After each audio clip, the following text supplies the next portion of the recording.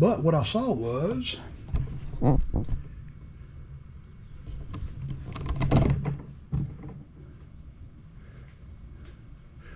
think I got the wrong lawnmower.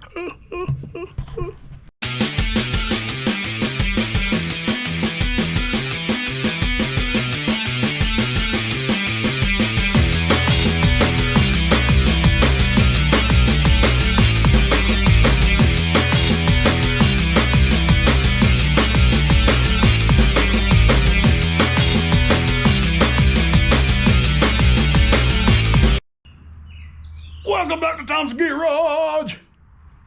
Oh, my back. Oh, just caught. Oh, ow. Ooh. Ooh. Good morning, everybody. Welcome back to the garage. Good to see you. Today, we are working on a yard machines.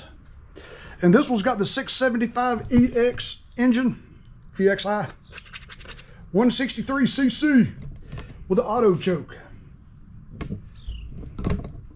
Auto shock. Fella brought it to me. It's the time my mower is running rough. And I cranked it up and ran it. Sure enough, it was running rough. Black smoke, running rich. I thought, well, maybe the choke was just stuck. So what I did was I pulled the cover off. Ain't that pretty? It's like getting a brand new pair of tennis shoes, man. A new air filter. But let's see, you can see that little choke flapper in there. It's closed now because it's cold. It ought to be closed. But when it was running, it would stay closed and it would just barely open and it would just flutter. Flutter, flutter, flutter. I thought, well, let me take this cover off and I'll show you what I found. And I see it often. I see it often. Two little screws, pull this off. He was missing his screws too. I had to put some regular old wood screws in this thing. Usually I could just give it a little slap on the bottom there and it comes right out of that little clip. Pick it up a little bit, then there it is. Don't lose my screws. Yeah, one there and one there. See, I had to put regular screws in it. He lost his little screws. But anywho, so what I did was I let it run so I could watch this mechanism, little thermal doohickey that'll, when it gets hot, it's got a lever right there on the top where that rod hooks. And this thing, when it gets hot, it'll push that over like that. And it will open. It'll open that choke flap. All right, anywho, had somebody just pick one up. That's good. But I noticed when this thing was running, like I said, it wasn't pushing it all the way, and it just kind of flutter and run real rich and real rough. And I thought, well, maybe this isn't working. So let me pull that cover off there and I'll show you what else I found. And I see this so often, you know. I see it often.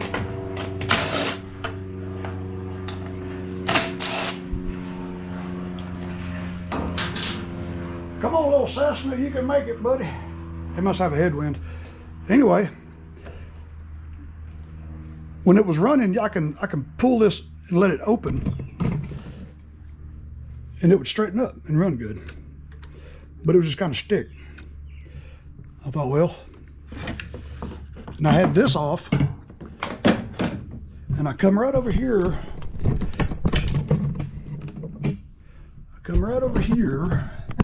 And I looked at this frame the starter assembly bolts to, and I noticed it was down. If you look straight ahead at it, you can see it should be perfectly level.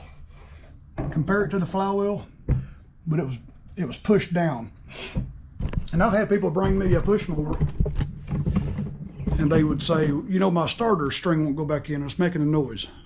Well, that tells me this frame is pushed down a little bit. It don't take a whole lot You know, if you have this thing sitting in your garage and a ladder falls over on it, or if you're using it and you have an area around your deck or something, in the front of that engine bumps a little bit, it could cause that.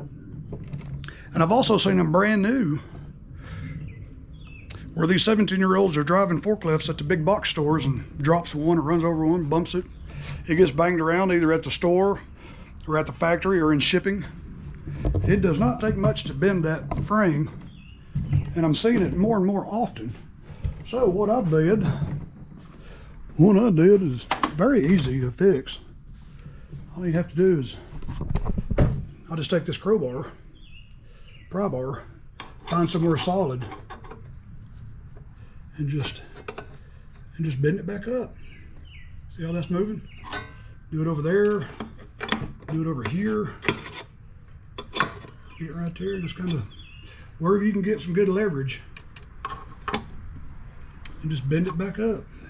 And then while you're doing it, you know, you can look at it straight on and compare how flat it is to how flat the top of the flywheel is. But that was bent down just far enough where this lever was rubbing right there. See that scratch? Looks like it's been doing it for a little while. It was rubbing it just enough where it was holding it. And that's all it took. And that's all it took. Yep. So, but see if it gets bent down far enough, the starter right there, right here, all the way around, you can see it was rubbing a little bit. It'll rub this. It'll rub that, and that will keep the string from pulling back in, and it would constantly make a noise.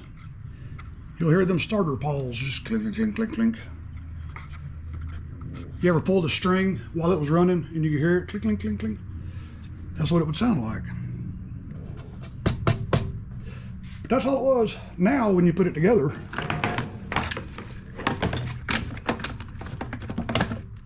trying to do this one-handed here. I have something there properly. Go right around hither. I guess this is a video just more of a public service announcement. So you've got good clearance now. You've got well over 1/4 inch of clearance. Because it was rubbing right under here and that was holding it. Wow. That's all it twers. Now I'm going to put the covers back on it. We're going to crank this thing up and see how much better it runs. And when you tighten these covers down, this threaded part is just kind of riveted in there. Don't over tighten it because that rivet will break loose and spin inside that sheet metal. And then when the next time you go to take it out, it'll just spin and you are in a world of trouble because, you know, unless you got a real long something. Needle nose vice grips is what I had to use one time. It was this one that spun. And you think your socket or bolt head is stripped because that's exactly what it acts like. But it would just spin that little riveted threaded insert around in that hole. And I always start these by finger too, because they're easy to cross thread, and if you get it cross threaded, then that would cause them to break loose and spin. So when I tighten these things down, I give it one little click on the impact. One little click. You wouldn't believe the power these things have. I've actually taken the lug nuts off of my trailer with this thing. And it's got just as much torque in forward and reverse. I mean, it's just powerful. Okay, that little doohickey's got to go in that slot right there. There we go. Put the 2 little screws back in it.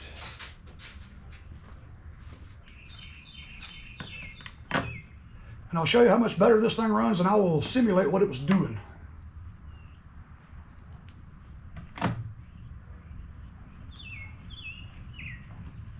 Well, should have waited before I put this cover on there, but I can still grab the lever, the rod, choke rod. All right, let me grab my little spring-loaded clampers. Hold this back. Let me check the table, make sure there's nothing laying around on the table, no sockets or nothing like that. I don't like cranking something on the table when it's raised up like this.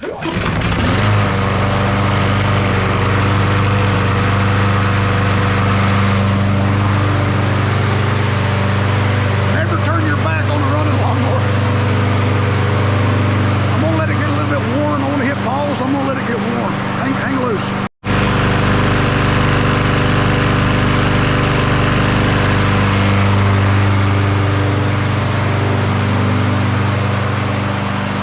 The warmer it gets, it'll slowly open that choke flap.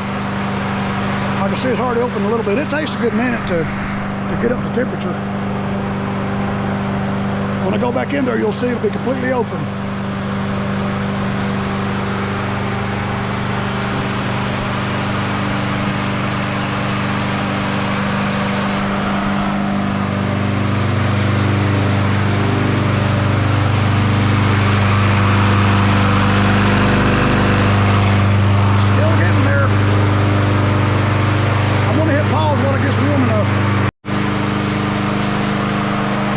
It ought to be warm enough for now.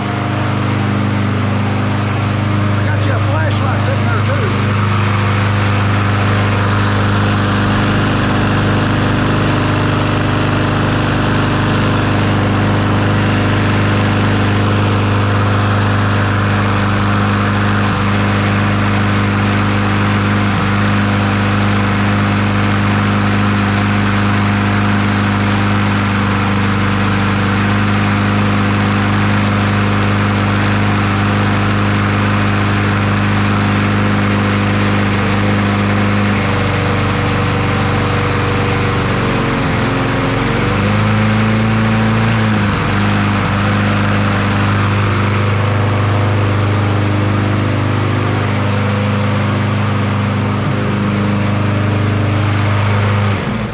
That's about what she was running like. You see when I completely closed it, it started that. That's what it was doing. So it's hot now. You'll see it's all the way open. Especially when it gets hotter, it runs even worse. But she's good now, so that's just my public service announcement for today. Or for the week or month. I don't really do service announcements, but I just thought that was a neat something to share with you guys. You know, I see it so commonly now that, you know, it just gets hit. It gets crushed down and it just causes all kinds of goofy problems. And it's hard to spot unless you've seen it before and figured it out before. You know, I've seen people replace carburetors and starter assemblies and stuff like that because they don't realize that framework is bent down. And that's what's causing the problems. It just needs a good chiropractic adjustment. Whew. That's all it is. Well, all right, boys and girls, thanks for watching another Tom video. Love you, boys and girls. Thanks for watching, and tell somebody I love them. Love me. And I will catch you on the next one. Love y'all.